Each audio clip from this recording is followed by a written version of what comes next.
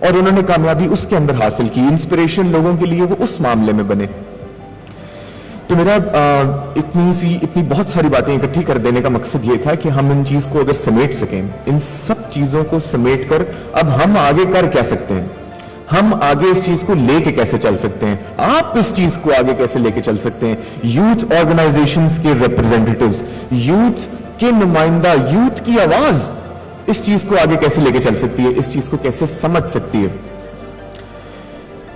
میں شاید ابھی زندگی کے اس مرحلے پہ نہیں ہوں کہ میں آپ کو ڈائریکٹ انسٹرکشنز مینول کوئی پکڑا سکوں کہ یہ آپ لوگوں کی سکسیس کی کنجی ہے جس کو آپ استعمال کر کے سکسیسفل ہو سکتے ہیں. لیکن میں آپ کو یہ ضرور بتا سکتا ہوں کہ اگر میں ڈیسٹینیشن ابھی تک نہیں دیکھ پایا تو میں نے رستہ اور گلی اپنی ضرور ناپ لی ہے. میں یہ ضرور جانتا ہوں کہ ابھی ہمیں کیا سکل سیٹس کی ضرورت ہے آگے سکسیسفل ہونے کے لیے.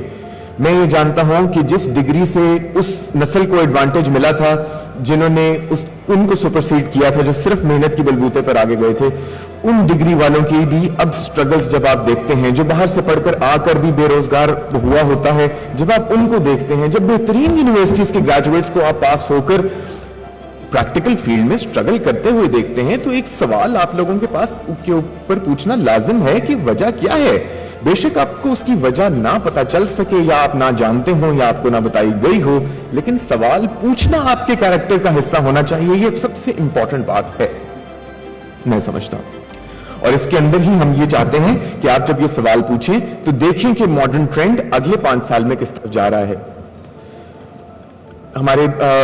فیلو پینلسٹ نے جب آرٹیفیشل انٹیلیجنس کی بات کی, آرٹیفیشل انٹیلیجنس کے ساتھ آپ جب ہارڈ ویئر ٹیکنالوجی پہ آتے ہیں تو 3D پرنٹنگ کے لیے آپ کو انٹیریئر منسٹری سے اجازت لینی ہے. اس بیریئر کو توڑوائیے کہ جو چیزیں فیوچر کو ڈیفائن کر رہی ہیں وہ آپ لوگوں کی سیکیورٹی یا آپ لوگوں کی بین الاقوامی فورن خارجہ پالیسی کی نظر نہیں ہونی چاہیے. یہ آپ لوگوں کا بنیادی حق آپ کے چارٹر کا حصہ بننا چاہیے کہ آپ کو اس ٹیکنالوجی تک ایکسس ملے, اس آرٹیفیشل انٹیلیجنس تک, اس 3D پرنٹنگ تک, اس نانو ٹیکنالوجی تک کا ایکسس آپ سب کو ملے, جس کے تھرو یہ فیوچر ڈیفائن ہونا ہے, جس کے تھرو یہ وہ چیزیں ڈیفائن ہونی ہیں جنہوں نے آپ لوگوں کا لائف سٹائل, آپ کے بچوں کا لائف سٹائل کر دینا. ہم ایتھکس کے اندر, ہارڈ ورک کے اندر, ڈیڈیکیشن کے اندر اور کیریکٹر کے اندر ان لوگوں کو انویژن کریں جو ہم سے پہلے جا چکے ہیں. ایٹیٹیوڈ کے اندر کون سی چیز کو کب اپنانا ہے اور اپنی ڈیلی روٹین کو کس طرح ڈائنامک بنانا ہے, کس طرح ایک سوشل اینیمل بن کر دنیا سے سیکھنا ہے, کیونکہ آپ کے پاس وہ نمائندگان, وہ ریسورسز موجود ہیں. اس سب کی انسپریشن آپ نے ان سے نہیں لینی جو آپ سے پہلے گزر گئے ہیں, اس سب کی انسپریشن آپ نے ان سے لینی ہے جو آپ کے بعد بھی نہیں آئے, جو آپ سے پہلے بھی نہیں گزر گئے, جو آپ ہی کی عمر کے ہیں, آپ کے ساتھ ہی آئے تھے, لیکن وہ ایک ایڈوانٹیج ایسا لے پائے ہیں جس کو کہ ہم اکوموڈیٹ نہیں کر سکے, اپنی زندگی میں اکوموڈیٹ نہیں کر سکے. تو آپ لوگوں کے لیے صرف یہ ایسنس ضروری ہے.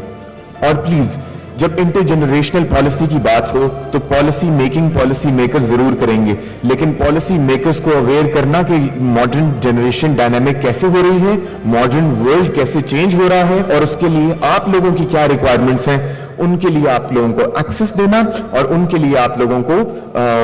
مکمل طور پر ریسورسفل بنانا. یہ جتنی ذمہ داری پالیسی میکرز کی ہے اتنی ہی ذمہ داری ہم سب کی ہے کہ ہم سب ان پالیسی میکرز کو آج اویئر کر دیں کہ فیوچر میں ہماری جو سچویشن ہے اس کو ہم کلیئر کر سکے, انڈرسٹینڈ کر کے اپنا میکسیمم آؤٹ پٹ اس ملک اور اس قوم کو دے سکیں. اور میں آپ اس بات سے کنکلوڈ کرنا چاہوں گا کہ پالیسی میکنگ ضرور پالیسی میکر ہی کرے گا, لیکن آپ لوگ جو ایفرٹ اپنے کیریکٹر کے اوپر ڈالیں گے اس کو جب آپ فیوچر کو ذہن میں رکھ کر اس ایسنشل سکل سیٹس کو اپنانے کی کوشش کریں گے تو آپ, میرا جاننا ہے, میرا ماننا ہے کہ کسی بھی ڈگری اور کسی بھی بغیر سوچے سمجھے کی ایک ڈائریکشن لیس محنت سے زیادہ آپ کو سکسیس آپ کے قریب انشاءاللہ آتا جائے گا. میری دعا ہے آپ سب لوگ اپنی کامیابی کو اچھی طرح سے انویژن کر سکیں, اس کو اپنا سکیں اور حاصل کر سکیں. ہمارے تعلقات جو یوتھ جنرل اسمبلی کے ساتھ اب بن چکے ہیں, آپ لوگوں کا تعلق بھی یوتھ جنرل اسمبلی کے ساتھ ہے. ہم لوگوں سے کبھی بھی کوئی ریسورسفلنس آپ کو چاہیے, اس چارٹر کو امپلیمنٹ کرنے کے لیے ہماری ریسورسز, ہم سے کوئی گائیڈنس کبھی بھی زندگی میں آپ لوگوں کو چاہیے ہو تو ہمارے دروازے آپ سب کے لیے کھلے ہیں اور اس سب کا رستہ یوتھ جنرل اسمبلی کے تھرو ہے. میں انتہائی مشکور ہوں آپ سب کا جو آپ لوگوں نے مجھے اتنی اہمیت دی کہ کچھ منٹ میری باتیں سن لی, اور میں انتہائی مشکور ہوں یوتھ جنرل اسمبلی کا کہ مجھے اتنی اہمیت دی کہ آپ ان سینئر پینلسٹ کے درمیان مجھے بیٹھنے کا موقع فراہم کیا. بہت شکریہ. Thank you so much. Allah